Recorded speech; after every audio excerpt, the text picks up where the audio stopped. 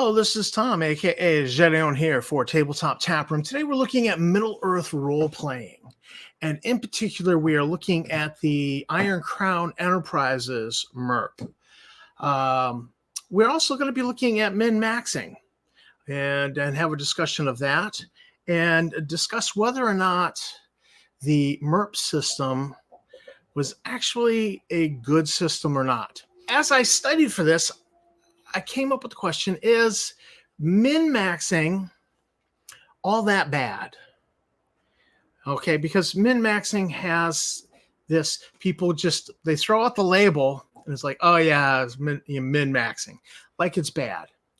And we're going to look at some min-maxing today. We're going to ask the question, is min-maxing bad?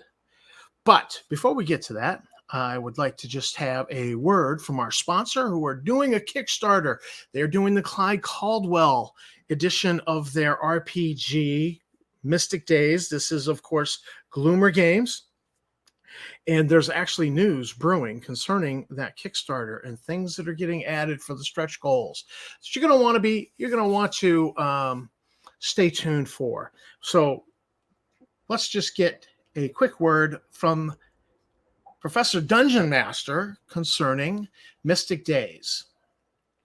This video is brought to you by Glumer Games Mystic Days, the Caldwell Edition. The Kickstarter includes 4 hardbound books, Monsters and Mayhem, Magic and Treasure, Player's Book, and Adventure Guide. OSR style, 6 classic stats, no character classes, you build the character you want, no initiative to slow things down, no OP characters, and death is always on the table. You roll to cast, failure could lead to an explosive catastrophe, and every weapon is unique. Polearms get the place they deserve with every weapon having a reach modifier, and monsters are bestial and not humanized. With fantastic cover art by Clyde Caldwell, this is old school gaming the way you remember. Links below.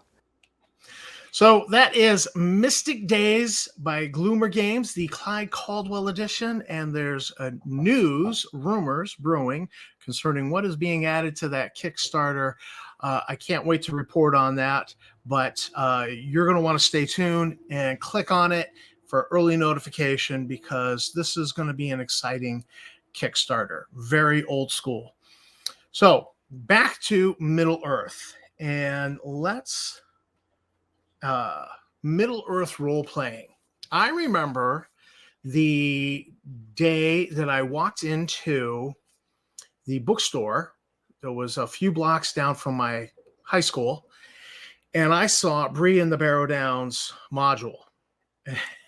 And I was down there looking to either pick up a Dragon magazine, a fantasy gamer, a space gamer, and or maybe something by Steve Jackson Games, another Car Wars Pocket Box, something along those lines. And Bree and the Barrow Downs. And at that point, by the fall of my sophomore year in high school, I had read Middle-earth 14, the Middle-earth, The Hobbit, and Lord of the Rings 14 times straight through. And I know this because I specifically remember when you showed up at school at the beginning of the school year, you had to pay for all your books. You had to sign out the books that you were signing out, but like for English class, there was like about 10 or 12 novels you had to read for the as part of your English class, and you had to buy those. It'd be things like Catcher in the Rye, The Day No Pigs Would Die, that sort of thing. Well, I remember that sophomore year, it was the Fellowship of the Ring, not The Hobbit, not Two Towers, not Return of the King. It was Fellowship of the Ring, and I was going to have to read that, and which was the problem because I had read The Hobbit and the Lord of the Rings 13 times to this point. So I just started with The Hobbit and read right through to Return of the King as part of my class assignment, just because I was not going to start in the middle, and it just wasn't going to happen. So when I walked into the bookstore just down from the high school, and I saw Bree and the Barrow Downs, I had to have it. And I didn't have the actual rules. I just had Bree and the Barrow Downs, and of course, it didn't make a lot of sense from the perspective of an AD&D player because it was a completely different system. Now let's just talk about the system for a second. The system that MERP was based on was Rollmaster, and you probably remember, like me, all of those ads in Dragon magazine for Rollmaster products, Arms Law, Spell Law, you know, that buy this and bolt it onto your D&D game. That'll be fine. I didn't try to do any of that. I never tried to buy Arms Law, Claw Law. I didn't and bolt it onto my D&D game. I just think that, like, if you're gonna play Rollmaster, just play Rollmaster. Now, some people loved Rollmaster and some people hated it. I did not actually see a Rollmaster product until much later.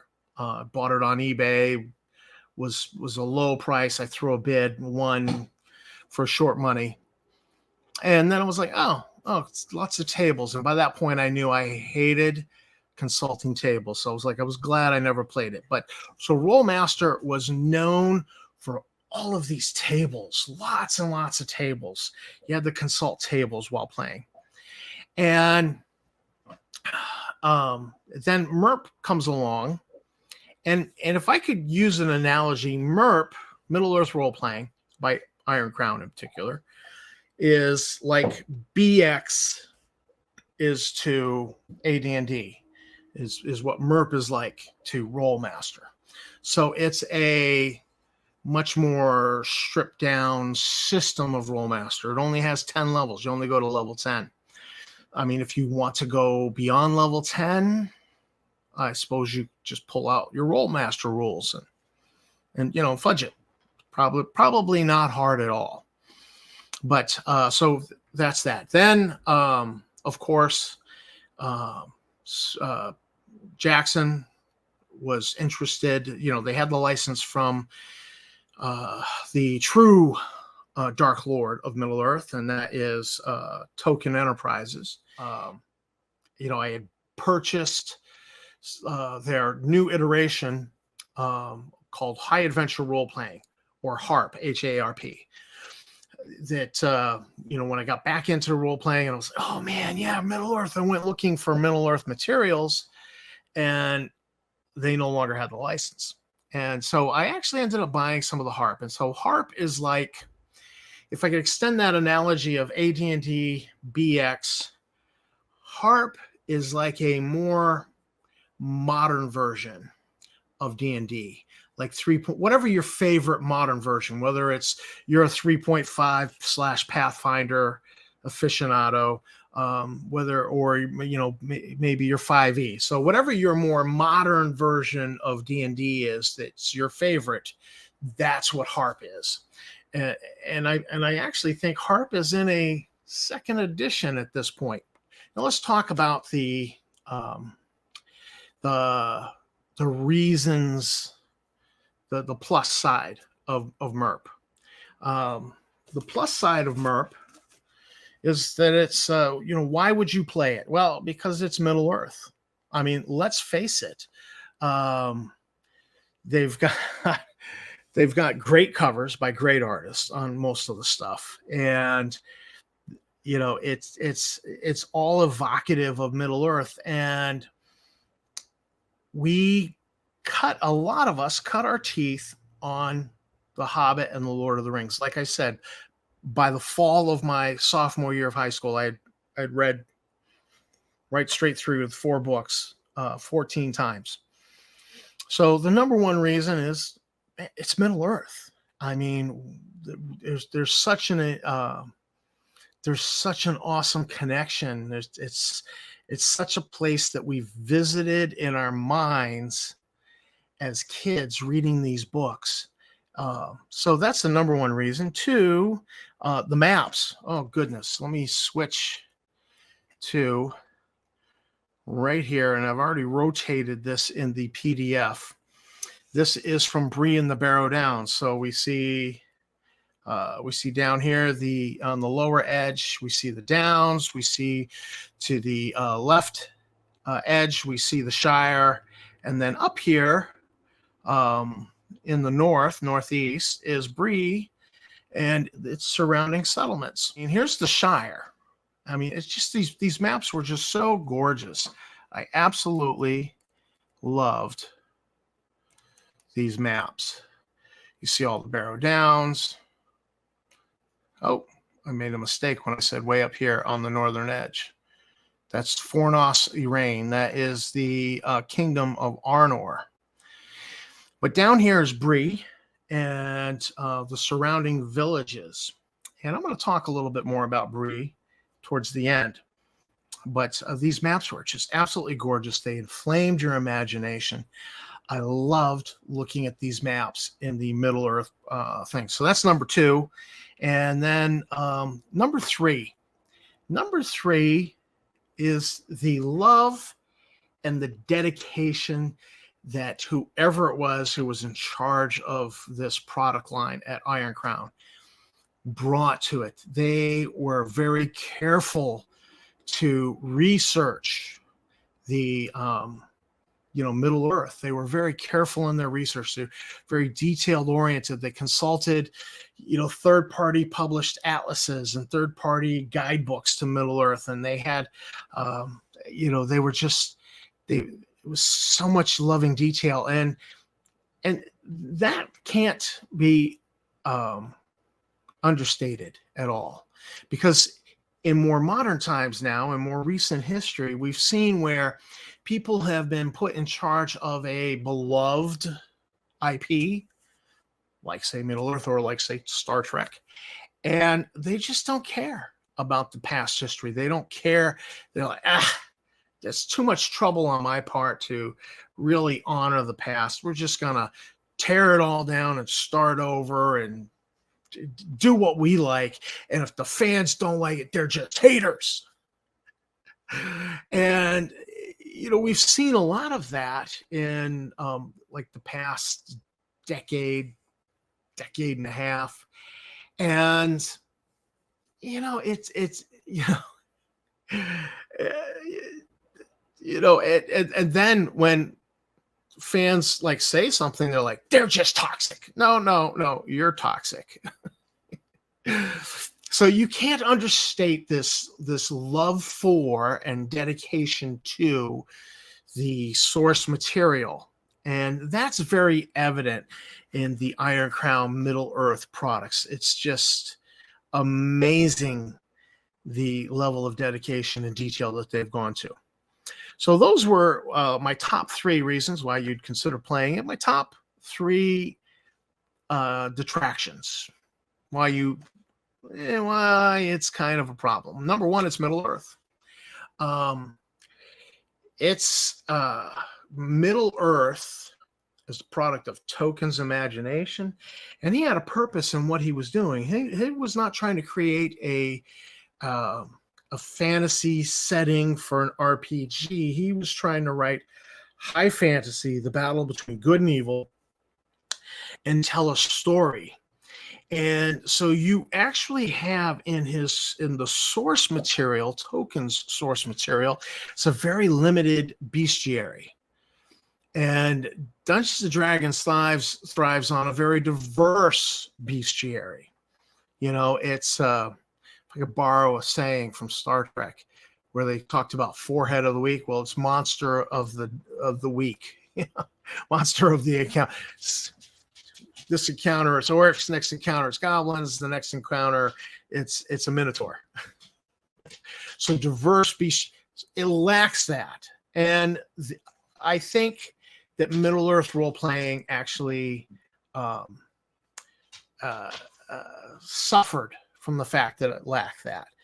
And I could identify places where they're like, oh, we can introduce something new here, and but it is a very limited bestiary, and you're going to get a lot of recycling of the same creatures, and that could come off as ho-hum boring. Oh, another troll cave. Oh, another troll cave. So Yeah, that's part of the problem. Number two is min-maxing. And I alluded to min-maxing, and let's just go right to the actual rule book here. And maybe I should blow it up so it's easier to see. And let me see if can you see the cursor right here? This paragraph says, keep in mind, this is the instructions for rolling up a character. And so you've already done an overview of the character and skills and race and culture. And so now this is the section that gives you the instructions on rolling up a character. It says, keep in mind, when a profession for the character is chosen, the value assigned to the prime stat for that character may be replaced with a value of 90. Thus, it is often a good idea to assign your lowest stat to the prime stat. This is min-maxing. And min-maxing is perceived as being a bad thing. Oh, that's min-max. It's perceived as being a bad thing. And yet here is the author of the rule book saying, all right, min-max. If you're smart, you're going to min-max. Now, I have to ask the question, is it all that bad? Because ultimately, there's a lot of min-maxing to this system. When you go up in level, you have development points. Well, you put those development points on the skills you want to develop. So it's in essence a min-maxing system where you say, all right, I want to be like Legolas. I am slick hot with a bow. And so you just keep firing development points into archery. And you suck with a sword, okay, but you're really good with the bow. That is min-maxing, and that is very possible in the system. The system lends itself to that. Or you might say, all right, I'm a halfling, but I want to be really good at stalk and hide. That, like, I'm a no-fail stalk and hider. Or I want to be so good at pickpocketing. I'm like a, one-hit wonder at pick. So it very much lends itself to min-maxing. That your character might be a dwarven tank, and you're like just plowing all that development into bladed weapons. Bring your pretty face to my axe. And you're not going to bother with the archery because you're the tank. You're the frontline tank. You get in there and you let the effete elf stand behind you and shoot the bow and sort out the battlefield while you're the tank bringing the battle to the enemy. So it is that, and to the same degree, you could say the same thing about Rollmaster. You could say the same thing about HARP, that it is a min-maxing system. I don't know that is a bad thing to have a specialized character. And the reason I say that is because I am such a fan of Star Frontiers. And in Star Frontiers, you don't have any classes. You have a primary skill area. These are the skills you excel at. And it is your choice how you develop your character. So you might be plowing a lot of your EXP into beam weapons so that you can be, dead eye with the laser pistol. That is the choice for developing that character. And I just don't know that within the system. Now, if all you've ever played is classic D&D, classic leveling system, I think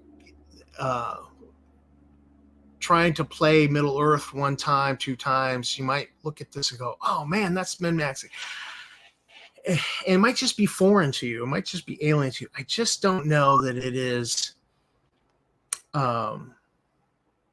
that bad of a thing in a skill-based system. I actually think that it can be a good thing in a skill-based system that you develop character. Part of why I'm looking at Middle Earth now is Good Wife and I were looking to play a game together, just us. And I says, well, what do you want to play? And one of her options was Middle Earth. So I was taking another look at it. And if we're playing solo, or if we're using the the Mythic GM emulator, and under those circumstances, I'd be running a character. It's just going to be the two of us, just 2 characters, maybe some henchmen if we recruit some henchmen. But a little bit of min-maxing might actually be a good thing. That somebody's a one-hit wonder with the bow. That could actually save the day. And, all right, here's 6 goblins running towards you. You take out 2 with the bow, you might survive the combat as one character, or trigger a morale check that halts their charge, and then you enter into a parlay, maybe. So it's I don't know that min-maxing is such a bad thing, particularly in a skill-based system. Now, Middle Earth is not a pure skill-based system. It is a leveling system, but then you develop the skills you want. So it's a little different than, say, Star Frontiers. So that it's a min-maxing. And then number 3, the number 3 reason why you might not consider Middle Earth is that the modules. So a bunch of these bad boys, if you start charting them out, if you start doing a chart of module, what is the big bad, you're going to find a pattern. And then module after module from Iron Crown, it's the big bad evil guy is a spellcaster. And it's because of that narrow bestiary. They need something tough to kind of rock your world as the big bad. And over again, the most flexible thing they could find to be the big evil guy was a spellcaster. And the only difference is that this time he's an essence spellcaster, or like a mage, or this time he's a channeler like a priest. But it was over and over and over again. So that is a problem. And for that reason, you might consider doing a more political campaign, more political diplomatic campaign, less of a D&D style dungeon crawl. Although, Mines of Moria would lend itself to a really kicking dungeon crawl, I would think. Probably one of the earliest published modules, which brings me to a personal bugaboo. I spent a lot of time collecting these things way back in the early days of eBay. And as time went on, I began to see this particular module for sale on eBay, and it would say they'd want $40 at the time, and I thought that was a ridiculous price. I haven't been following prices for more than a decade, but like I would see Bree in the Barrow Downs for $40, and then they would say rare, Bree in the Barrow Downs, rare, super rare, $40. Buy it now. $12 shipping. So $52 to get this. And that used to irritate the piss out of me. And the reason being is one of the earliest. In fact, the stock number for this one is 8,000. The stock number for this one is 8,010. So it's in that very early edition of products.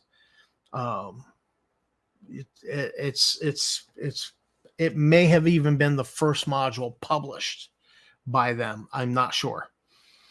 But so it's been in publication the longest. It had the longest publication run. It was everywhere, and everybody walked into the bookstore and saw. You may not have seen this, but you walked in there looking for a D&D module or a Dragon magazine, and you saw Bree in the Barrow Downs, and you were like, because if you were like me, you'd read The Hobbit and Lord of the Rings 14 times. And this was a location we knew from the books. It inflamed our imagination. We wanted to go there. We wanted to see Bree and the Barrow Downs. So we picked it up and we read it, and we found out it doesn't mesh with D&D so well, but we still loved it because the maps were freaking gorgeous. So I think Bree and the Barrow Downs is one of the best Middle-earth products that if you don't have it, maybe you should think about getting it. Now, let me just talk about this module and why it's such an important one. And you know, I'm gonna puff it up, and people are gonna go super rare, and you know, double the price on their Bree and the Barrow Downs on eBay for sure. But it gave you a strategic location. It gave you Bree, but not just Bree. And I love this because so often we just get a village. And in this case, let me change my resolution. And so here is the map of Bree, but we're not just working with Bree here, because we saw on the map there were other little villages around it, and those were Archette, Stattle, and Combe. And so these are other little villages around the more major, you know, these are other little settlements around the more major settlement. And I think that this particular feature is something lacking often in a lot of D&D adventures when you just get a little town. They have a little town, but there would be other little farming settlements around. And so if you're coming out of the wild and your characters are beat up, you might tip a farmer to just rest up in the barn. There might not be much to buy there, but they do have a pub. And so you could sleep there for the night, get food, you know, try to bind up some wounds, that sort of thing. And I love this particular module for the fact that it had these extra settlements. You, of course, had the Barrow Downs with the Barrows and the Whites. However, to be able to raid these, you almost had to get a license, because these are the traditional burial, you know, cemetery of the kings of Arnor, which is just up the road north from Bree. And it's still very much a thing and a political polity during this time that this module is set in the Third Age. This is not set during the day of Bilbo. This is set before that. Arnor is still a kingdom. And so if you just go raiding, soldiers from Arnor might come down and, hey, who's been raiding our graves? It may not go well for you. So as a starting adventure, you would say, geez, facing the undead of white level of lethality, not a great idea.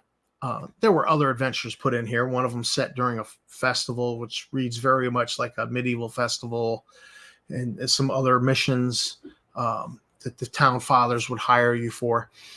So I think it's actually a great module. And it's actually different from almost every other Middle-earth module out there, in that you don't get that magic-using big, bad, evil guy at the end. So that's my assessment of Middle-earth role-playing. Yes, it's very different from D&D. It is a min-max system, but I don't know if min-maxing is the worst thing in the world anymore. I do like a skill-based system where you can develop the skills you want. And if you're going to be able to develop skills you want, that means you can effectively min-max. And the writers of the rules pretty much told you to min-max. So Middle-earth role-playing. It's different from D&D. It's D100 system. But it's Middle-earth, man. And we wanted to go to these locations. We wanted to visit Bree. We wanted to visit Rivendell. We wanted to visit the Lonely Mountain, Lake Town. We wanted to see these locations. And, you know, Iron Crown let us do that back in the day. So this is Tom for Tabletop Tap Room, signing out. Thanks for watching my video. Thanks to my subscribers. Appreciate you guys. If you've not subscribed, please do hit the like, subscribe, bell icon. Help me build the channel and keep on gaming, maybe even in Middle Earth.